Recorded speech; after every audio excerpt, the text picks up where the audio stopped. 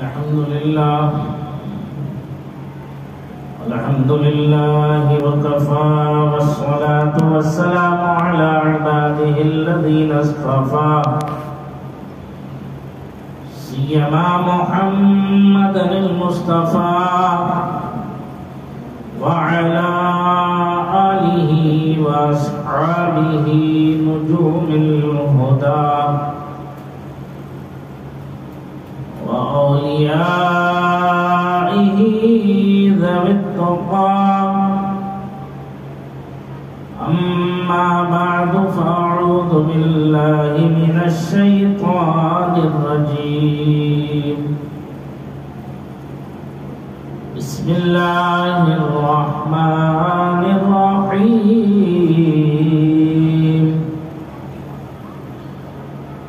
وأنتم الأعلون إن كنتم مؤمنين صدق الله العلي العظيم وصدق رسوله النبي الأمين الكريم الرؤوف الرحيم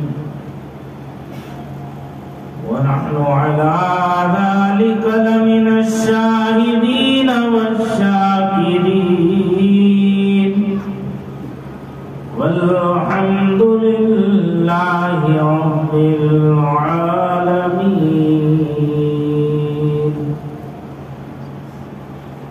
درود پاک کا نذرانہ پیش کرنے بآواز بلند اللہم صلی علی سیدنا ومولانا محمد بعد الجود والکرم وآلہ وصحبہ وبارک وسلم صلاة وسلاما علیک یا رسول اللہ صلاة وسلاما علیک یا حبیب اللہ صلی اللہ تعالی علیہ وسلم.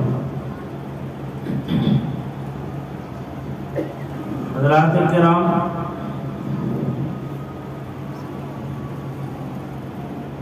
ماہ خیر و برکت شعبان المعظم عنقریب ہم سے رخصت ہوا چاہتا ہے.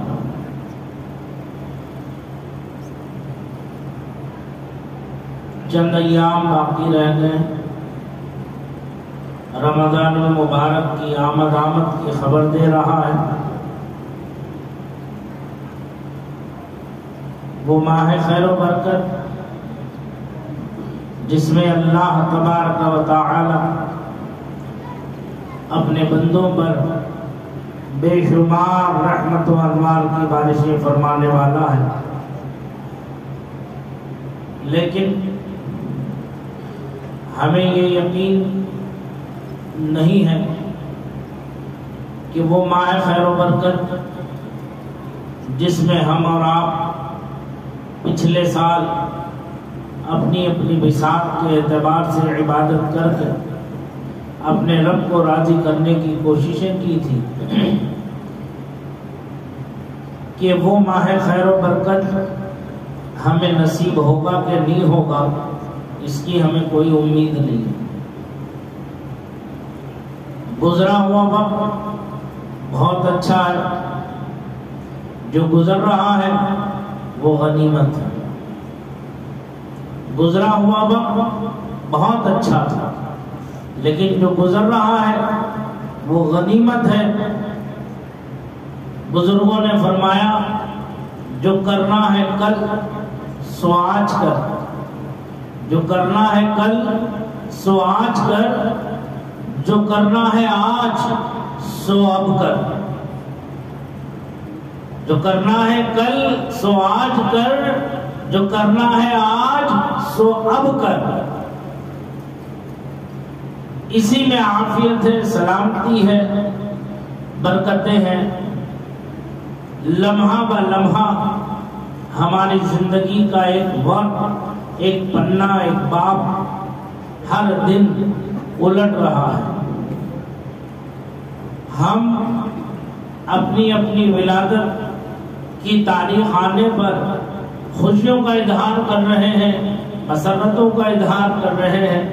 کرنا بھی چاہیے، رب کی دی ہوئی نعمت ہے زندگی، اس کا شکر ادا بھی کرنا چاہیے، لیکن خواب غفلت کی چادر کو ہم اپنے اوپر سے اتارنا بھی چاہیے کہ ہر آنے والا، ہر پلٹنے والا ایک پنا ہمیں ہماری موت کے قریب لے کے جا رہا ہے۔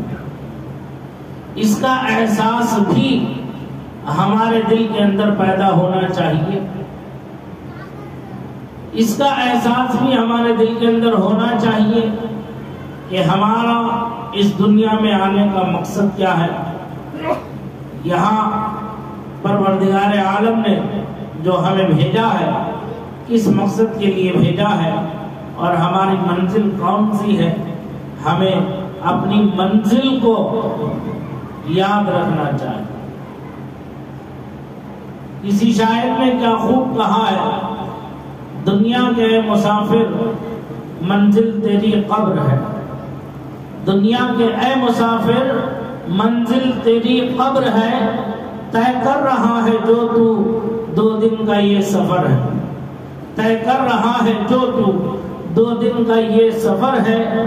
دنیا بنی ہے جب سے، دنیا بنی ہے جب سے، لاکھوں کروڑوں آئے، باقی رہا نہ کوئی، مٹی میں سب سمائے۔ آنکھوں سے تو نے اپنے کتنے جنازے دیکھے، آنکھوں سے تو نے اپنے کتنے جنازے دیکھے، ہاتھوں سے تو نے اپنے دفنائے کتنے مردے۔ دنیا کے اے مسافر منزل تیری قبر ہے، طے کر رہا ہے جو تو 2 دن کا یہ سفر۔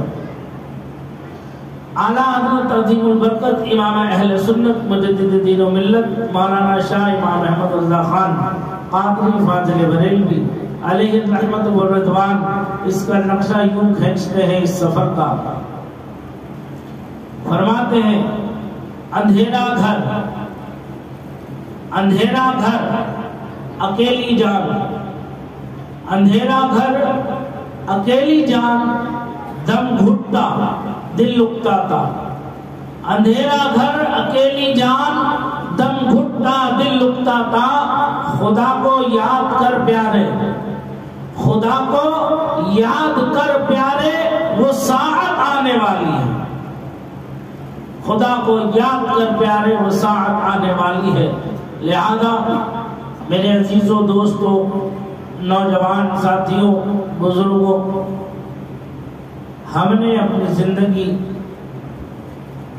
جس طرح سے گزارنا چاہیے تھا ہم نے نہیں گزاری۔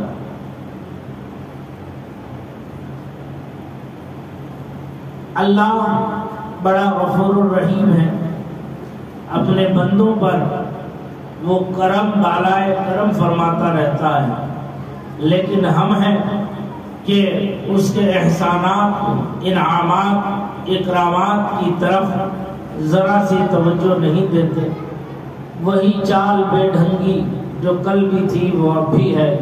ہم اسی خواب غفلت میں جو ہے دار آخرت کو بھول کر، ہم اپنی اس چھوٹی سی زندگی کو سب کچھ سمجھ کر، ہم یہاں نہ اللہ کے حلال کو حلال سمجھنے کی پرواہ کر رہے ہیں، نہ اس کے حرام کو حرام جاننے کی پرواہ کر رہے ہیں، نہ جائز کو جائز سمجھنے کی صلاحیت پیدا کر رہے ہیں، نہ ناجائز کو ناجائز سمجھنے کی طاقت رکھ رہے ہیں اپنے اندر۔ دنیا سب کی گزر جائے گی، جو بندے اس پر ایمان لے کر کے آئے ان کی بھی گزرے گی، اور جو اس پر ایمان نہیں لے کر کے آئے ان کی بھی گزرے گی۔ لیکن یاد رکھو، ہم سورہ فاتحہ میں پڑھتے ہیں مالک یوم الدین، مالک یوم الدین، مالک ہے روز جزا کا۔ روز جزا دار آخرت ہے، روز جزا دار آخرت ہے۔ یہاں جو بو گے کل قیامت میں وہ پاؤ گے۔ اچھا بو گے فَمَن يَعْمَلْ مِثْقَالَ ذَرَّةٍ خَيْرًا يَرَهُ، رائی کے دانے کے برابر نیکی ہوگی تو اس کا بدلہ دیا جائے گا، اور اگر برا بو گے وَمَن يَعْمَلْ مِثْقَالَ ذَرَّةٍ شَرًّا يَرَهُ، اگر رائی کے دانے کے برابر تم نے برائی کی ہے تو اس کا حساب دینا پڑے گا. اسی لیے بزرگوں نے فرمایا جتنی کم عمر ہوتی ہے حساب اتنا آسان ہو جاتا ہے، جتنی لمبی عمر ہوتی ہے حساب اتنا مشکل ہو جاتا ہے. لیکن اس کی وجہ سے موت کا طلب کرنا یہ جائز نہیں ہے. لمبی عمر سے پریشان ہو کر موت کا طلب کرنا یہ شرعاً جائز نہیں ہے. اس کے لیے اللہ کے رسول صلی اللہ علیہ وسلم نے ارشاد فرمایا تم دعا یوں کرو، اے اللہ تو مجھے جتنی بھی عمر دے اپنے کرم سے مجھے خیر کی عمر دے، بھلائی کی عمر دے اور ارذل عمر سے بچا دے. ارذل عمر بڑھاپے کی وہ منزل جس سے خود بھی پریشان اور دوست و احباب بھی پریشان، گھر والے بھی پریشان، خاندان والے بھی پریشان، آس پڑوس کے پڑوسی بھی پریشان. ایسی عمر جس سے کہ لوگ تنگ آ گئے ہوں اسے ارذل عمر کہتے ہیں. اس لیے ایسی عمر سے اللہ سے پناہ مانگنا چاہیے.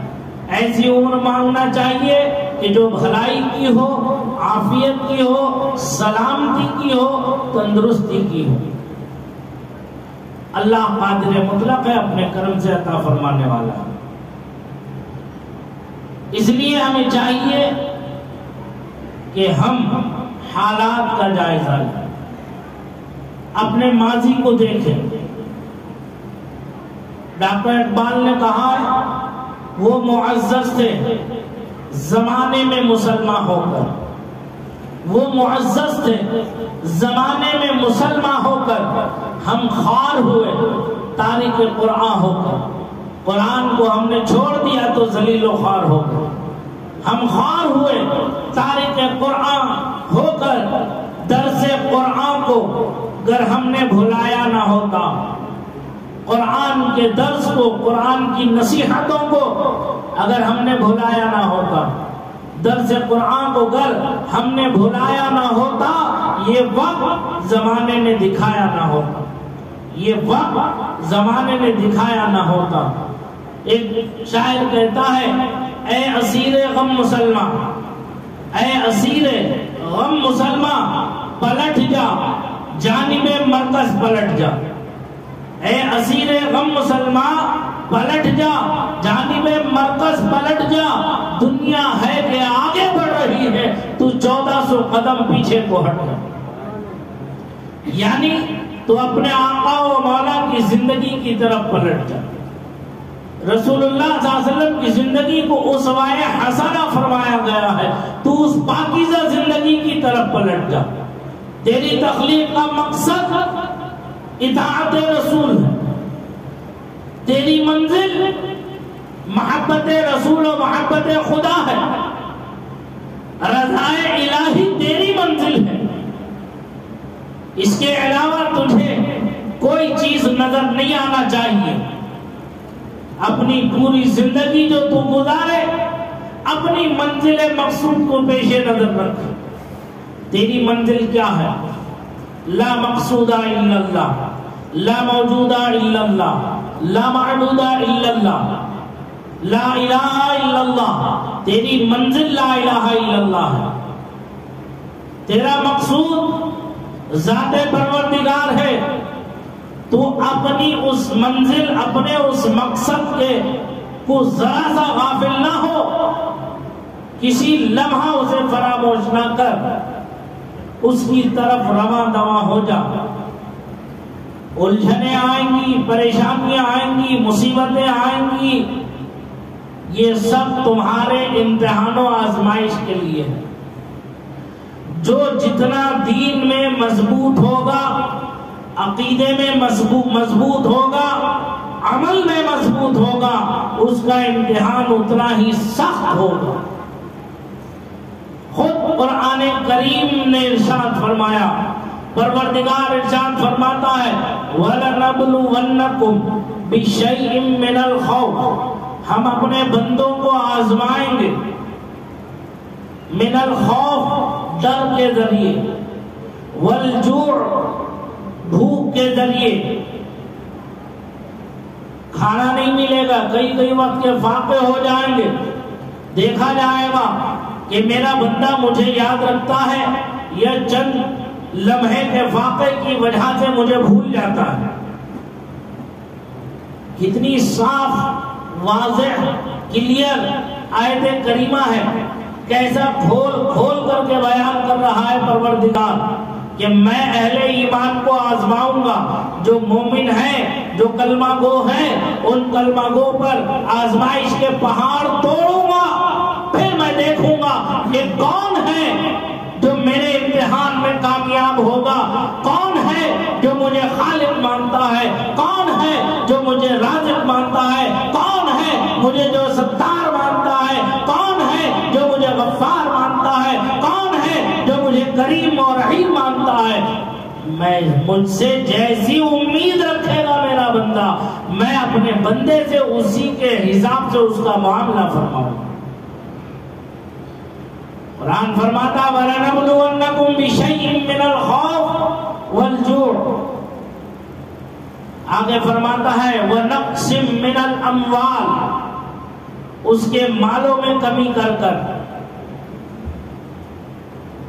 وَالْأَنفُسِ، اس کی جان میں کمی کر کر، صحت مند تھا، ہٹا کٹا تھا، بیمار ہو گیا،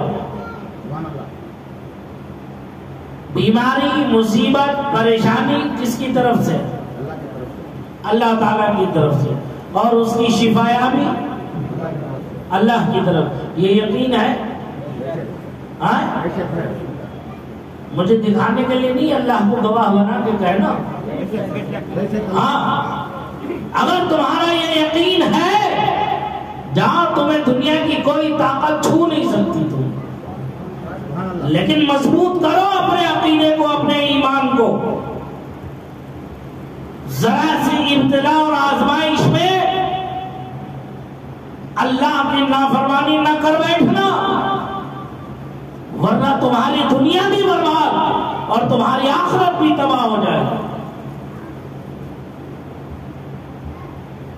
وَنَقْصٍ مِّنَ الْأَمْوَالِ وَالْأَنفُسِ وَالثَّمَرَاتِ، کھیتی اور کھلیان میں نقصان پہنچا کر، کاروبار تجارت میں نقصان پہنچا کر۔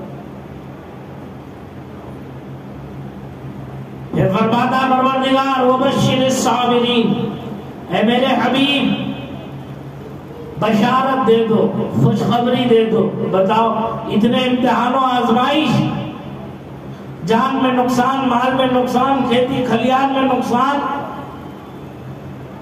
فاقے پہ فاقہ، تندرستی پر تندرستی، ان سب امتحانات میں ڈال کر پروردگار فرما رہا ہے کہ اے میرے حبیب آپ بشارت دے دو، وبشر الصابرین، خوشخبری دے دو۔ کسے؟ ان لوگوں کو جو ان تمام امتحانات میں صبر کے ساتھ کام لیتے ہیں، صبر و تحمل کے ساتھ کام لیتے ہیں، جو صابر رہتے ہیں، اپنے رب کی رضا پر راضی رہتے ہیں، اپنے رب کی مرضی پر اپنی رضا کا اعلان کرتے ہیں اور عملی طور پر اسے ثابت بھی کرتے ہیں، انہیں بشارت دے دو، خوشخبری دے دو صبر۔ اسی آیت کریمہ کے بعد اگلی آیت کریمہ اس کی تفسیر بیان کر رہی ہے۔ الذین اذا اصابتهم مصیبہ، کیسا صبر، کیسا صبر؟ الذین اذا اصابتهم مصیبہ، جب ان لوگوں کو کوئی مصیبت، کوئی تکلیف، کوئی پریشانی پہنچتی ہے، قالوا، کہتے ہیں وہ لوگ، کیا؟ انا للہ و انا الیہ راجعون، ہم اسی کی طرف سے آئے ہیں اور اسی کی طرف ہمیں پلٹ کر کے جانا۔ یہ ساری مصیبتیں اسی کی طرف سے آئی ہیں اور وہی سب کو دور کرنے والا ہے۔ جب تمہارا یقین کامل ہو جائے گا، تمہارا اعتماد علی اللہ مضبوط ہو جائے گا، قرآن فرماتا ہے وَمَن يَتَوَكَّلْ عَلَى اللَّهِ، جو اللہ پر بھروسہ کرے، فَهُوَ حَسْبُهُ، تو اللہ اس کے لیے کافی ہے۔ ارے جس کے لیے اللہ کافی ہو، اللہ کی مدد ہو، اللہ کی طاقت تمہاری پشت پناہی کر رہی ہو، تو کون پوری کائنات کے اندر کس کی ماں نے ایسا بچہ جنا ہے جو تمہیں بال برابر کوئی نقصان پہنچا سکے؟ یہ یقین ہے اللہ کی ذات پر؟ یہ مضبوطی پیدا کرو اپنے اندر۔ عمل میں بھی کمزوری نہیں ہونا چاہیے، عقیدے میں بھی کمزوری نہیں ہونا چاہیے۔ بشری تقاضوں سے، شیطانی وسوسوں سے، نفس کی شرارت سے اگر عمل میں کوئی کمزوری آ جاتی ہے تو اللہ غفور الرحیم ہے، توبہ اور استغفار کرنے کے بعد اللہ تعالیٰ اسے معاف فرما دیتا۔ لیکن اگر عقیدے میں کمزوری آ گئی تو عقیدے کی کمزوری معاف نہیں ہے۔ جیسا عقیدہ اللہ کی ذات پر ہونا چاہیے، اگر ویسا عقیدہ نہیں ہے تو یہ ہماری حرمہ نصیبی ہے۔ ہم کلمہ پڑھ کر بھی، نماز پڑھ کر، روزہ رکھ کر، حج کر کے، زکوٰۃ دے کر، صدقات و خیرات کر کے اگر اللہ کی ذات پر کامل اعتماد و یقین نہیں ہے تو یہ سب ہمارے منہ پہ مار دیا جائے۔ اللہ تمہارے ان اعمال کا محتاج نہیں،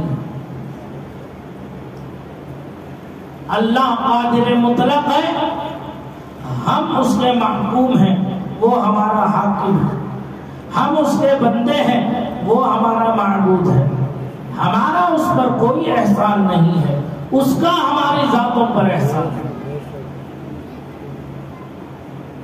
اسی لیے سرکار نے فرمایا جب تم نماز کے لیے کھڑے ہو تو ایسی نماز پڑھو گویا کہ تم اپنے رب کا دیدار کر رہے ہو۔ اگر تمہارے اندر یہ طاقت نہیں ہے، یہ قوت نہیں ہے، تو یہ توجہ یقیناً پیدا کر لو کہ تمہارا خالق و مالک تمہاری ہر نقل و حرکت کو دیکھ رہا۔ جب بندہ نماز میں ادھر ادھر دیکھتا ہے تو پروردگار عالم ارشاد فرماتا ہے، اے میرے بندے، کیا مجھ سے بھی کوئی حسین و جمیل کوئی اور ہے جس کی طرف تو متوجہ ہو رہا ہے؟ کیا مجھ سے بھی بڑھ کر کوئی کریم و رؤوف و رحیم ہے جو تو اس کی طرف توجہ کر رہا ہے؟ جب پوری کائنات میں کوئی نہیں میرے سوا تو میری طرف کیوں نہیں توجہ فرماتا؟ اسی لیے فرمایا کامل توجہ کے ساتھ نماز پڑھنا چاہیے، اعتماد علی اللہ کے ساتھ نماز پڑھنا چاہیے، قلب کو حاضر رکھ کر نماز پڑھنا چاہیے۔ شیطان تمہیں بہکاتا ہے، اس کا کام ہی بہکانا ہے۔ جب وہ تمہیں بہکانے لگے، جتنا وہ تمہارے اوپر زور ڈالے اتنا تم اپنے رب کی پناہ تلاش کرو، تم اپنے رب کے حضور عرض کرو، گڑ گڑاؤ، اے اللہ تو مجھے اپنی پناہ میں لے لے شیطان مردود سے۔ دعا کر کے تو دیکھو، مانگ کے تو دیکھو، اللہ تبارک و تعالیٰ کیسی دعاؤں کو قبول فرماتا ہے۔ دعاؤں کی قبولیت کی بھی ایک ساعت ہوتی ہے۔ بزرگوں نے فرمایا جمعے کے دن ایک مخصوص ساعت ایسی آتی ہے جس میں دعا قبول کی جاتی ہے۔ جمعے کا دن جب آتا سید الایام، اس پورے جمعے کے دن میں 24 گھنٹے کے اندر ایک ایسا وقت آتا ہے جس وقت میں دعا قبول کی جاتی ہے۔ اب اس میں کئی قول ہیں، جس میں سب سے راجح قول یہ ہے کہ جب امام، جب خطیب منبر پر ہوتا ہے خطبے کے لیے عربی کا، پہلا خطبہ دے کر وہ دوسرے خطبے کے لیے بیٹھتا ہے، تو اس دوسرے خطبے میں جب بیٹھتا ہے جتنا وقفہ وہ لیتا ہے، اس وقفے کے اندر اللہ تعالیٰ کی بارگاہ میں دعا قبول ہو جاتی ہے۔ اس وقت جو دعا کی جائے اللہ قبول فرماتا ہے، اس کے کھڑے ہونے سے پہلے دوسرے خطبے کے۔ ایک ساعت وہ ہے جو سب سے زیادہ راجح ہے۔ اب اس میں ہمارے یہاں کے جو بزرگ ہیں کرناٹکا کے بڑے بڑے اکابر علماء جیسے علامہ سید حیدر شاہ المعروف سیاہ پوش بابا رحمت اللہ تعالی علیہ، حضرت سیدنا شاہ عبد القدوس قاضی بنگلور رحمت اللہ تعالی علیہ، ان کے یہاں کا ایک معمول تھا کہ جب خطیب خطبے کے لیے بیٹھتا ہے اس کے بعد لوگ ہاتھ اٹھا کر کے دعا کرتے تھے، اور ہاتھ اٹھا کے دعا کرتے تھے۔ اس کے ممبر پر دوبارہ خطبے کو کھڑے ہونے سے پہلے دعا مکمل کر کے بیٹھ جاتے۔ شمالی ہند میں اعلیٰ حضرت عظیم البرکت امام اہل سنت مجدد دین و ملت نور اللہ مرقدہ کے یہاں ہاتھ اٹھا کر دعا نہیں مانگی جاتی تھی، دل دل میں دعا مانگی جاتی تھی۔ اعلیٰ حضرت نے لکھا ہے اگر کوئی ہاتھ اٹھا کر دعا مانگتا ہے تو ہم اسے انکار نہیں کریں گے اور خود ہاتھ نہیں اٹھائیں گے۔ اس کی وجہ یہ بتائی کہ جب خطیب خطبے پر کے لیے ممبر پر پہنچ جاتا ہے اس وقت کسی کو یہ حق نہیں ہے عوام میں سے کہ وہ کسی کو انگلی کا اشارہ بھی کر کے یہ کہے کہ تو بیٹھ جا۔ سمجھ میں آنے والی؟ تو اس لیے دونوں طریقے رائج ہیں، کوئی ہاتھ اٹھا کر دعا کرتا ہے تو بھی جائز ہے، نہیں ہاتھ اٹھا کر کے دعا نہیں کرتا، دل دل میں مانگ لیتا ہے، وہ جانے اس کا رب جانے کیا مانگتا ہے، تو اس لیے وہ دعا بھی قبول ہو جاتی ہے۔ استاد گرامی حضرت علامہ مفتی سید شاہد میاں صاحب علیہ رحمت و رضوان سے درس حدیث کے موقع پر میں نے سنا تھا بخاری شریف پڑھاتے وقت کہ جب حاجی حج بیت اللہ کو جاتا ہے حج کرنے کے لیے تو جو پہلی نظر کعبۃ اللہ پر پڑتی ہے تو اس وقت جو دعا مانگ لے گا اللہ تعالیٰ اس کی اس دعا کو قبول فرما لیتا ہے۔ میں نے عرض کیا کہ حضور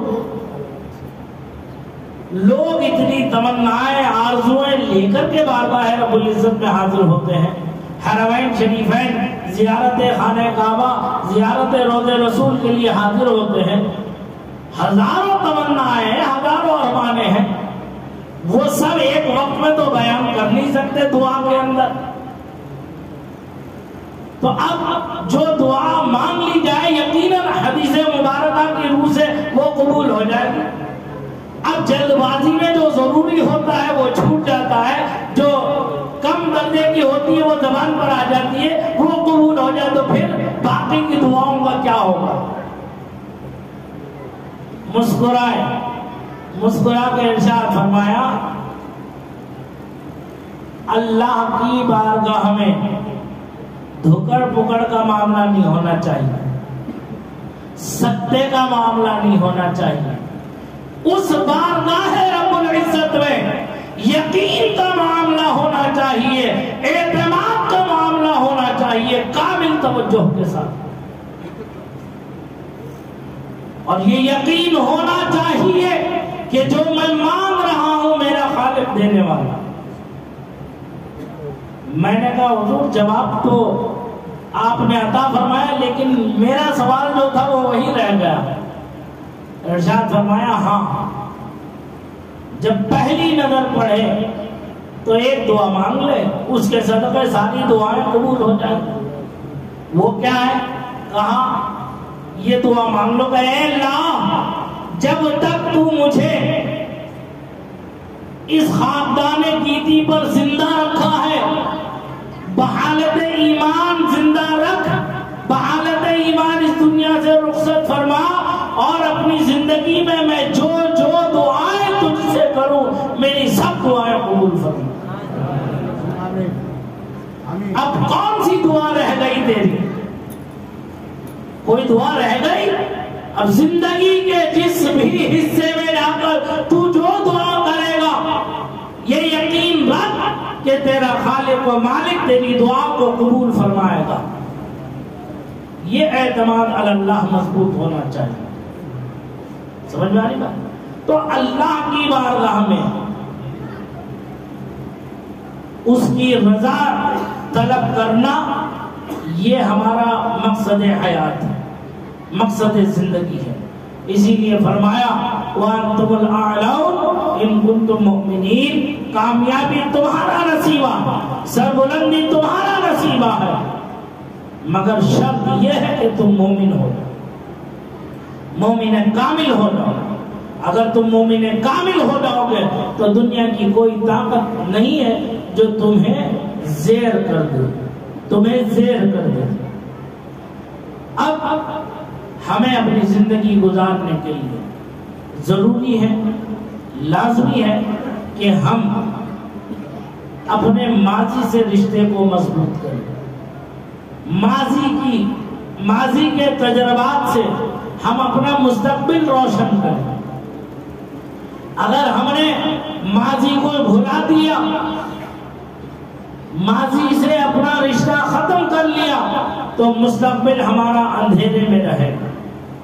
لیکن جس نے اپنا رشتہ ماضی سے مضبوط رکھا، گزرے ہوئے زمانے سے مضبوط رکھا، اس کے تجربے سے تجربہ حاصل کر کے اپنی زندگی کو آگے بڑھایا، تو مستقبل اس کا روشن اور کامیاب ہے۔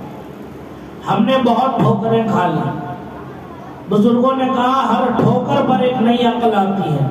ہم ٹھوکر کھا کر بھی خواب غفلت میں ہے، ہمیں معلوم ہے کہ یہاں پتھر پڑا ہوا ہے، ٹھوکر ہم کھا چکے ہیں، لیکن پھر بھی ہم تجاہل عارفانہ سے کام لے کر اسی راستے سے گزر رہے ہیں، پھر ٹھوکر کھا رہے ہیں، پھر ٹھوکر کھا رہے ہیں، پھر ٹھوکر کھا رہے ہیں۔ اس ایک ٹھوکر سے تجربہ نہیں حاصل کیا، بار بار وہی ٹھوکر کھا رہے ہیں۔ فرمایا گیا لا یلدغ المومن من جوہر المرتين، ایک سوراخ سے مومن دو بار نہیں ڈسا جاتا۔ بھائی ایک بار دھوکہ کھا لیا، دوبارہ دھوکہ نہیں کھا سکتا۔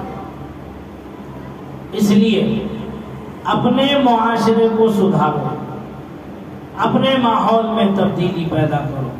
کب تک ہم خواب غفلت کی چادر اوڑھے پڑے رہیں گے؟ ملک کس سمت پر جا رہا ہے؟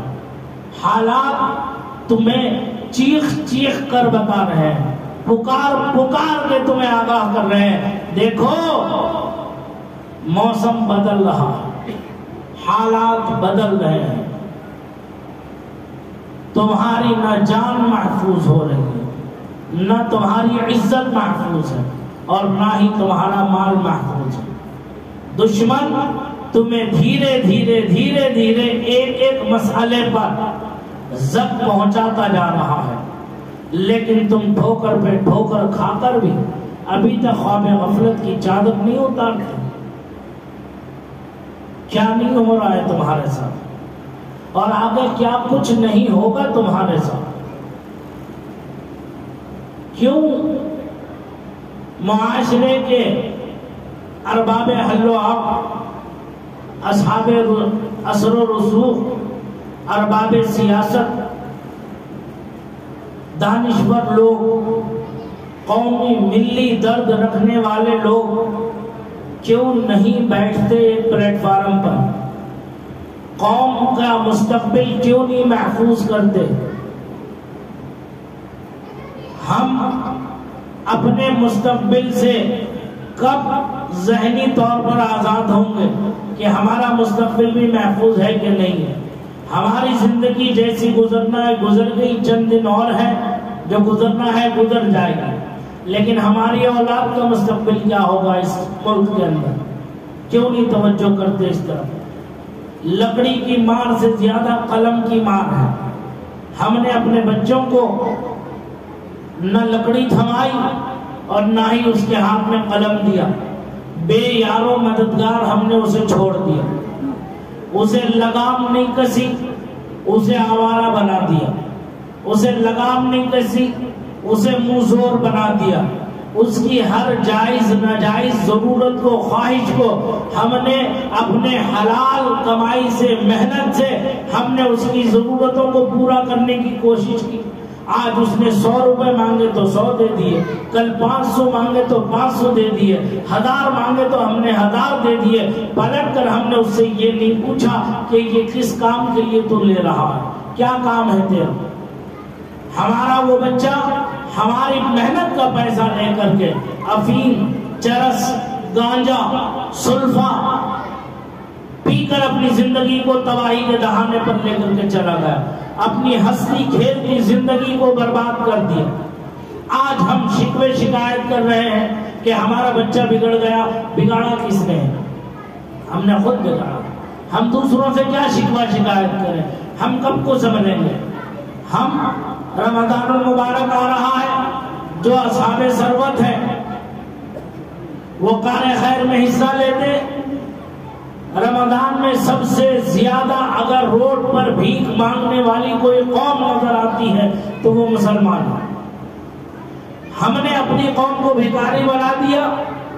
کیوں ہم بیٹھ کر کے نہیں سوچتے، کوئی ایک ایسا مضبوط رائے عمل نہیں بناتے کہ ہم یہ 100 50 روپے 300 روپے کی ساڑیاں بانٹنے، 250 روپے کے کمبل تقسیم کرنے اور 4 کلو راشن بانٹنے سے اچھا بہتر طریقہ ہم کسی ایک گھر کے ایک بچے کو، جس گھر کے 10 افراد کو ہم خیرات بانٹ رہے ہیں، ان 10 افراد کو نہ بانٹ کر کے اس گھر کے ایک نوجوان کو لے لیتے، اسے کاروبار سے لگا دیتے، اسے اپنے پیروں پر کھڑا کر دیتے، اسی پیسے سے جو ہم 10 لوگوں میں بانٹ رہے ہیں، 10 لوگوں میں نہ بانٹ کر کے اس ایک نوجوان کو ہم اس کے پیروں پر کھڑا کر اسے روزی روٹی کا ذریعہ مہیا کر دیتے، تو وہ عزت کے ساتھ 2 پیسے کماتا، کھاتا اور گھر والوں کو چٹنی روٹی ہی صحیح وہ لا کر کے کھلاتا۔ ہم نے وہ کل خود صاحب نصاب بن کر زکات دینے کی منزل میں آتا، ہم نے یہ نہ کر کے ہم نے اسے بھکاری نہیں بنایا، بلکہ اس کے گھر کے جتنے افراد ہیں ہم نے ان سب کو بھکاری بنا کر کے روڈ پر کھڑا کر دیا۔ اس قوم کی تباہی کی ذمہ داری کسی اور پر نہیں ہے، ہمارے اپنے ہی کندھوں پر آ گئی۔ اگر چاہتے ہو کہ قوم میں سدھار پیدا ہو، تمہارا مستقبل محفوظ ہو، تو بیٹھو اور کرو۔ ارباب سیاست بھی غور کریں، اصحاب ثروت بھی غور کریں کہ ہم اپنی زندگی میں کوئی ایسا اچھا کام کر جائیں جو ہمارے محلے کے لیے نام پیدا کرے، جو ہمارے معاشرے میں اچھا نام پیدا کرے۔ ایسا ماحول ہم بنا دیں کہ آنے والے 10 سال کے بعد ہماری قوم میں کوئی بھکاری نظر نہ آئے، ہر ایک اپنے پیروں پر کھڑا ہوا نظر آئے۔ آج کاروبار تمہیں کرنے نہیں دیا جا رہا ہے، زبردستی حکومت کے بلبوتے پر، پشت بنائیوں پر حکومتوں کی تمہیں تمہارے کاروبار سے دور کیا جا رہا ہے، تمہاری چلتی ہوئی دکان کو بند کرنے کی ناپاک کوششیں کی جا رہی ہیں، تمہارے کاروبار کو، تمہاری روزی کو چھینا جا رہا ہے۔ کہیں مسلمان کسی جگہ مارکیٹ میں نظر نہ آئے، اس لیے تم سے تمہارا کاروبار چھین کر کے اس ملک کو ہندو راشٹر بنانے کی طرف قدم بقدم بڑھتے جا رہے ہیں۔ تم کب کو ہوش میں آؤ گے؟ اپنے پیروں پر کیوں نہیں کھڑتے؟ ارے تم اپنے بھائیوں سے کیوں نہیں خریدتے سامان کو؟ 1 روپیہ 2 روپیہ بڑھتی جائے گا تو تمہارے اپنے بھائی کو جائے گا، تمہارے اپنے بھتیجے بھتیجیوں کو جائے گا، بھانجے بھانجیوں کو جائے گا۔ تم نے ان کفار و مشرکین کی تجوریوں کو بھر کے اپنے ہی پیروں پر تم نے کلہاڑی ماری۔ آج ان کی اتنی جرأتیں، اتنی ہمتیں ہو گئی کہ ہمیں ہی اعلانیہ طور پر گاؤں گاؤں قسمیں کھائی جا رہی ہے، گاؤں گاؤں حلف لیا جا رہا ہے کہ نہ ہمارے گاؤں میں کوئی مسلمان آئے گا، نہ ہم مسلمان سے کوئی کاروبار کریں گے۔ تو تمہیں ہوش کب آئے گا؟ یہ حکومتیں تمہاری نہیں ہیں، نہ یہ کل تمہارا ساتھ دیا انہوں نے، نہ یہ آج تمہارا ساتھ دیں گی، نہ آئندہ تمہارے ساتھ کھڑی ہوں گی۔ یہ صرف تمہیں ووٹ بینک سمجھ کر اپنا الیکشن کے وقت تمہیں حاصل کرنے کی کوششیں کریں گی۔ اپوزیشن کی تو کوئی حیثیت و اوقات ہی نہیں رہی ہے اب۔ یہ کیا وہ خود بھکاری ہے، وہ کیا تمہاری مدد کرنے آئیں گے؟ جب تک کہ تم اپنی آپ مدد کے لیے نہیں کھڑے ہو جاؤ گے، اپنی چین کو مضبوط نہیں کرو گے، بھائی بھائی سے محبت نہیں کرے گا، بھائی بھائی سے الفت نہیں کرے گا، ایک دوسرے کے دکھ درد میں تم اگر شریک نہیں ہوئے، آج یاد رکھو تمہاری تاریخ بھی ایسی دردناک ہوگی، ایسی بھیانک ہوگی کہ تاریخ میں آنے والی نسلیں خون کے آنسو روئیں گے۔ جس طرح سے اندلس اسپین کے اندر مسلمانوں کا نرسنہار ہوا، میانمار کی سرزمین پر مسلمانوں کا نرسنہار ہوا، ایسے ہی نرسنہار کے لیے تمہارے اپنے ہی ملک کے اندر تیاریاں چل رہی ہیں اور تم خواب غفلت میں سو رہے ہو۔ جاگو، اپنے رب سے لو لگاؤ، اپنے رب سے ڈرو، اپنے رب کی بارگاہ میں حاضری دو، اس کی پناہ میں آ جاؤ، پھر کوئی طاقت نہیں ہوگی جو تمہیں ذرا بال برابر کوئی نقصان پہنچا سکے۔ میری ان باتوں کو ہے تو بڑی کڑوی، بڑی سخت، بہت سے لوگ یہ سوچتے ہوں گے کہ بہت سخت بولتا ہے، لیکن ٹھنڈے دل سے سوچو اور کرو۔ آج ہم ہیں، بول رہے ہیں، کل ہم نہیں رہیں گے۔ اعلیٰ حضرت نے یہی فرمایا تھا، اے میری قوم، مصطفیٰ جان رحمت کی پیاری پیاری بھولی بھالی امت، جاگ لے جاگ، آج میں تمہیں جگا رہا ہوں، کل میں اپنی قبر سے دوبارہ اٹھ کر کے نہیں آؤں گا تمہیں جگانے کے لیے۔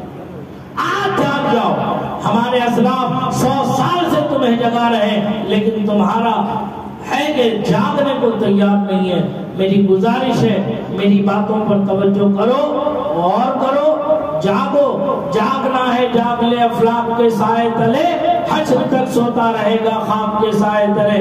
استغفر اللہ رب من کل ذنب واتوب الیہ، وآخر دعوانا الحمدللہ رب العالمین۔ السلام علیکم ورحمۃ اللہ وبرکاتہ۔ الحمدللہ۔